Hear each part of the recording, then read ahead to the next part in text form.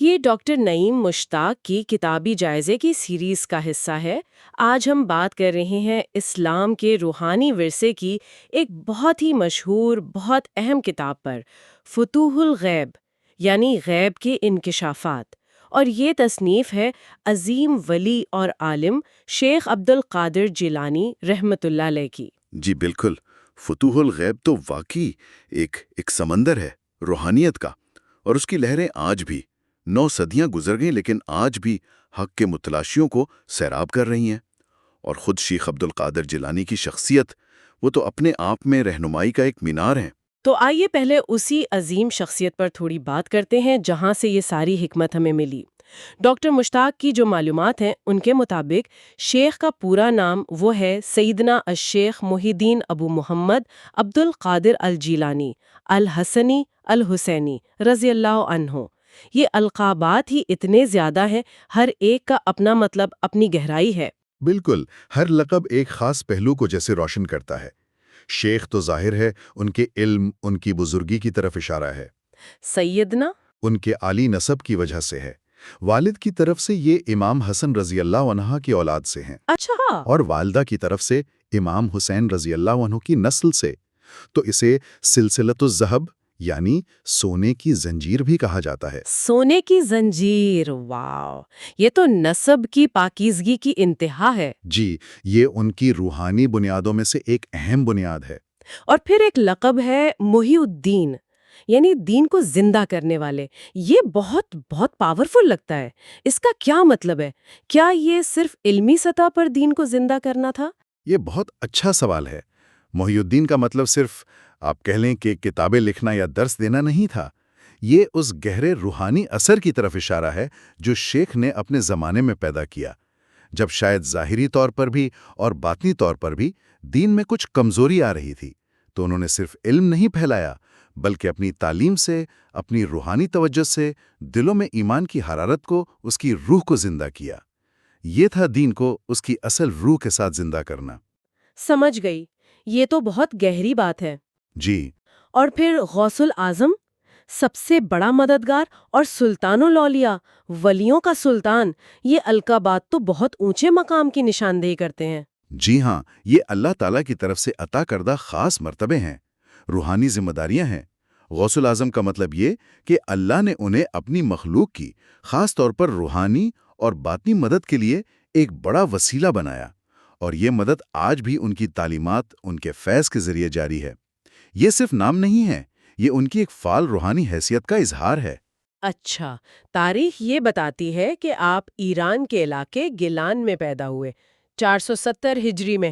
جی، 1077 یا 78 عیسوی بنتا ہے۔ اور پھر 18 سال کی عمر میں آپ بغداد تشریف لائے علم حاصل کرنے کے لیے۔ وہاں آپ نے فقہ میں امام احمد بن حنبل کے مکتب فکر کی پیروی کی۔ جی، اور دوسرے جو روایتی علوم تھے وہ بھی حاصل کیے۔ یہاں یہ بات اہم ہے کہ آپ نے شریعت یعنی ظاہری علم اور طریقت یعنی باطنی علم دونوں میں کمال حاصل کیا۔ آپ ایک مستند فقیہ بھی تھے اور روحانیت کے امام بھی۔ یہ جو جامعیت ہے نا، یہی ان کی عظمت کی بڑی دلیل ہے۔ جو بات مجھے بہت زیادہ متاثر کرتی ہے وہ یہ ہے کہ آپ نے رسمی تعلیم مکمل کی اور پھر ایک بالکل ہی الگ راستہ لیا۔ آپ بغداد چھوڑ کر چلے گئے اور تقریباً 25 سال عراق کے صحرائی علاقوں میں گزار دیے۔ یہ تو بہت لمبا عرصہ ہے، 25 سال۔ جی ہاں، اور یہی دور، یہی جو خلوت تھی، صحرا میں رہنا، یہ ان کی روحانی تربیت کا آپ سمجھیں سب سے اہم مرحلہ تھا۔ یہ خود کو بنانے کا، نفس سے لڑنے کا اور اللہ سے براہ راست ایک تعلق قائم کرنے کا وقت تھا۔ اسی مجاہدے، اسی ریاضت نے ان کی روح کو وہ طاقت بخشی کہ جب وہ واپس بغداد آئے تو پھر لاکھوں لوگوں کے لیے ہدایت کا ذریعہ بنے۔ ان کی زندگی سے یہ سبق ملتا ہے کہ اصل روحانی بلندی کے لیے خلوت بھی ضروری ہے اور جلوت بھی، علم بھی، عمل بھی، شریعت بھی، طریقت بھی، ایک توازن چاہیے۔ اس طویل ریاضت کے بعد آپ بغداد واپس آئیں اور پھر وہ تدریس اور رہنمائی کا سلسلہ شروع ہوا جو آج تک کسی نہ کسی شکل میں قائم ہے۔ اچھا، تو اب آتے ہیں ان کی اس لازوال کتاب فتوح الغیب کی طرف۔ نام ہی بہت دلچسپ ہے، غیب کے انکشافات۔ یہ کتاب اصل میں ہے کیا؟ یہ کتاب بنیادی طور پر شیخ کے 78 مختصر خطبات یا ملفوظات کہہ لیں، ان کا مجموعہ ہے۔ ہر خطبہ، جسے مقالہ کہا گیا ہے، وہ اپنے آپ میں حکمت کا ایک موتی ہے۔ یہ وہ باتیں ہیں جو براہ راست شیخ کے دل سے نکلیں اور سیدھا دل پر اثر کرتی ہیں۔ اچھا، 78 خطبات؟ ان کے اگر عنوانات پر نظر ڈالیں تو اندازہ ہوتا ہے کہ کتنے مختلف موضوعات ہیں، جیسے سچے مومن کے فرائض، آزمائش اور امتحان، اللہ کا قرب کیسے حاصل ہو، تقوی، قناعت، محبت، نفس کے حالات۔ جی، توکل کے مراتب، بہت سارے موضوعات ہیں۔ جی، یہ تو چند مثالیں ہیں، یعنی یہ زندگی کے ہر پہلو کا احاطہ کرتے نظر آتے ہیں۔ بالکل، اور یہ جو نام ہے نا، فتوح الغیب، اس پر اگر غور کریں تو یہ ان پوشیدہ روحانی سچائیوں کی طرف اشارہ ہے جنہیں عام طور پر ہم نہیں دیکھ پاتے، نہیں سمجھ پاتے۔ تو شیخ اپنے کلام کے ذریعے گویا ان پردوں کو ہٹا رہے ہیں، ان حقیقتوں کو کھول رہے ہیں۔ ہر خطبہ مختصر ہے لیکن معنی بہت گہرے ہیں، بہت جامع ہیں۔ اور یہ خطبات آپ نے اپنی مجالس میں دیے تھے اور پھر سننے والوں نے انہیں لکھ لیا، محفوظ کر لیا۔ جی، ایسا ہی ہے۔ یہ شیخ کی اور بھی کتابیں ہیں، جیسے الفتاح الربانی، سر الاسرار، غنیت الطالبین۔ یہ کتاب بھی اسی سلسلے کی ایک بہت اہم کڑی ہے۔ ایک دلچسپ بات یہ بھی ہے کہ ایک مغربی محقق ہیں، ڈی ایس مارگلیوس، انہوں نے بھی شیخ کی ایک اور کتاب الفتح ربانی کے انداز کی بہت تعریف کی ہے، اس کی وضاحت، اس میں جو انسان دوستی کا جذبہ ہے۔ ہاں، اور یقیناً وہی خوبیاں آپ کو فتوح الغیب میں بھی نظر آئیں گی، بلکہ شاید اور زیادہ گہرائی کے ساتھ۔ ان خطبات کا انداز بہت براہ راست ہے، نصیحت کرنے والا، عمل پر ابھارنے والا۔ یہ صرف کوئی فلسفہ نہیں ہے، یہ عملی رہنمائی ہے۔ ان میں ایک خاص روحانی تاثیر ہے، ایک کشش ہے جو پڑھنے والے کو اپنی طرف کھینچتی ہے، چاہے وہ کسی بھی پس منظر سے ہو۔ تو اب سب سے اہم سوال کی طرف آتے ہیں، جس کا تعلق ہم سب سے ہے۔ آج کی جو ہماری زندگی ہے، اتنی تیز رفتار، اتنی مادی، اس میں ہم شیخ کی ان تعلیمات سے، خاص طور پر فتوح الغیب سے، اپنی ذاتی اور اپنی پیشہ ورانہ زندگی کو بہتر بنانے کے لیے کیا سیکھ سکتے ہیں؟ یہ بہت ہی اہم سوال ہے، اور اس کا جواب یہ ہے کہ فتوح الغیب صرف آپ کہیں کہ گزرے وقتوں کی کتاب نہیں ہے۔ اس کی حکمت آج بھی ہمارے روزمرہ کے جو مسائل ہیں، جو چیلنجز ہیں، ان سے نمٹنے کے لیے اتنی ہی کارآمد ہے جتنی پہلے تھی۔ اس میں ذاتی ترقی کے، کردار بنانے کے لازوال اصول ہیں۔ ڈاکٹر مشتاق کے نوٹس میں کچھ خاص موضوعات کی نشاندہی ہے، جیسے پہلا ہے نفس کا انتظام، سیلف مینجمنٹ۔ خطبہ 10، 42، 67 اس بارے میں ہے۔ خطبہ 10 میں تو نفس کو مخالف کہا گیا ہے، یہ بڑا دلچسپ ہے۔ جی، یہ پہلا قدم ہے، اپنے نفس کو پہچاننا کہ یہ ایک چیلنج ہے، ایک اندرونی مخالف ہے۔ پھر خطبہ 42 میں اس کی دو حالتیں بتائی ہیں کہ جب خوشحالی ہوتی ہے تو یہ سرکش ہو جاتا ہے، اور جب آزمائش آتی ہے تو مایوس ہو جاتا ہے، تاکہ ہم دونوں حالتوں میں اس کے دھوکے سے بچیں۔ اور خطبہ 67 میں اس کے خلاف کوشش کرنے کو جہاد اکبر کہا ہے، سب سے بڑی جنگ۔ یہ یاد دہانی ہے کہ اصل لڑائی باہر نہیں، ہمارے اندر ہے۔ اپنی خواہشات، اپنا غصہ، اپنی انا، ان سب پر قابو پانا۔ بالکل، یہی سب سے بڑی فتح ہے۔ اچھا، دوسرا اہم موضوع جو بہت سے خطبات میں آیا ہے وہ ہے صبر و استقامت، خاص طور پر جب مشکلیں آئیں، آزمائشیں آئیں۔ صبر تو خیر اسلامی تعلیمات کا مرکز ہے ہی، لیکن شیخ جیلانی اس کی گہرائی کو کھولتے ہیں۔ وہ صرف یہ نہیں کہتے کہ صبر کرو۔ خطبہ 30 میں وہ کہتے ہیں صبر ایمان کا حصہ ہے، لیکن اس سے بھی آگے بڑھ کر خطبات 22 اور 52 میں وہ یہ بتاتے ہیں کہ یہ جو آزمائشیں آتی ہیں نا، یہ سزا نہیں ہے، یہ اللہ کی طرف سے اپنے بندے کو پرکھنے کا، اسے پاک کرنے کا اور اپنے قریب لانے کا ایک طریقہ ہے۔ اوہو، یہ سوچ تو بالکل زاویہ ہی بدل دیتی ہے، یعنی مشکل صرف ایک بری چیز نہیں بلکہ ایک موقع ہے۔ بالکل، یہ ایک موقع ہے، روحانی ترقی کا زینہ ہے۔ یہ سمجھنا کہ ہر مشکل میں اللہ کی کوئی نہ کوئی حکمت چھپی ہے، اور صبر کے ذریعے ہم اس حکمت تک پہنچ سکتے ہیں، اللہ کا قرب حاصل کر سکتے ہیں۔ یہ سوچ ہمیں مایوسی سے، شکوے شکایت سے بچاتی ہے، شکر اور ہمت کی طرف لاتی ہے۔ یعنی یہ صرف برداشت کرنا نہیں ہے بلکہ اسے ایک مثبت انداز میں قبول کرنا ہے۔ جی بالکل، ایکٹیو استقبال، پیسل برداشت نہیں۔ سمجھ گئی۔ تیسرا نقطہ ہے توکل اور تسلیم، اللہ پر بھروسہ اور اس کے فیصلے پر راضی رہنا۔ خطبہ 13، 16، 47، 53، 57 اس پر بات کرتے ہیں۔ توکل کا مطلب یہ نہیں کہ کوشش چھوڑ دیں، نہیں، اپنی پوری کوشش کرنا، پوری تدبیر کرنا اور پھر نتیجے کو اللہ پر چھوڑ دینا، اور پھر جو بھی نتیجہ نکلے، جو بھی فیصلہ ہو اللہ کا، اس پر دل سے راضی رہنا، یہ ہے تسلیم۔ اس سے تو بہت ذہنی سکون ملتا ہوگا، مستقبل کا ڈر، ماضی کا پچھتاوا، ان چیزوں سے آزادی۔ یقیناً یہی قلبی اطمینان کا راستہ ہے۔ چوتھا موضوع ہے دنیاوی معاملات، دنیا کے ساتھ کیسا رویہ ہونا چاہیے۔ خطبہ 5، 12، 36، 53، 55۔ خطبہ 36 میں ایک بڑی خوبصورت بات ہے کہ آخرت کو اصل سرمایہ سمجھو اور دنیا کو اس کا منافع۔ یہ دنیا اور آخرت میں توازن قائم کرنے کا بہترین فارمولا ہے۔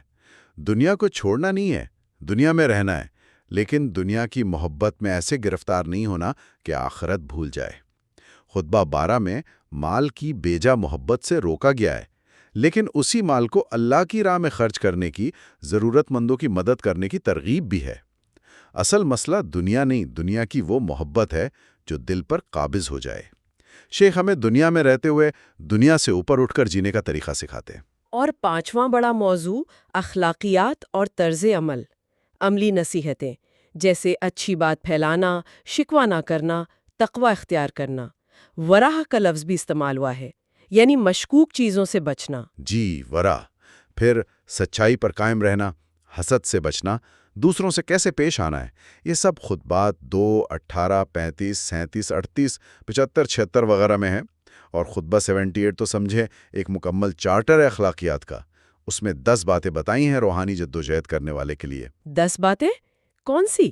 جی، جیسے جھوٹی قسم نہ کھانا، جھوٹ نہ بولنا، وعدہ خلافی نہ کرنا، کسی پر لعنت نہ بھیجنا، کسی کو بد دعا نہ دینا، کسی پر شرک یا کفر یا نفاق کا الزام نہ لگانا، ظاہری اور باطنی گناہوں سے بچنا، اپنا بوجھ دوسروں پر نہ ڈالنا، لوگوں سے امیدیں نہ رکھنا اور لوگوں کے ساتھ عاجزی سے پیش آنا۔ یہ تو واقعی زندگی کے ہر پہلو کے لیے رہنمائی ہے۔ بالکل، یہ ذاتی زندگی ہو یا اجتماعی، یہ اصول بنیاد ہیں۔ تو اب ان سب کو جوڑتے ہیں آج کی زندگی سے۔ اگر کوئی ان تعلیمات پر عمل کرے تو ذاتی زندگی میں کیا فرق آئے گا؟ بہت بڑا فرق آئے گا۔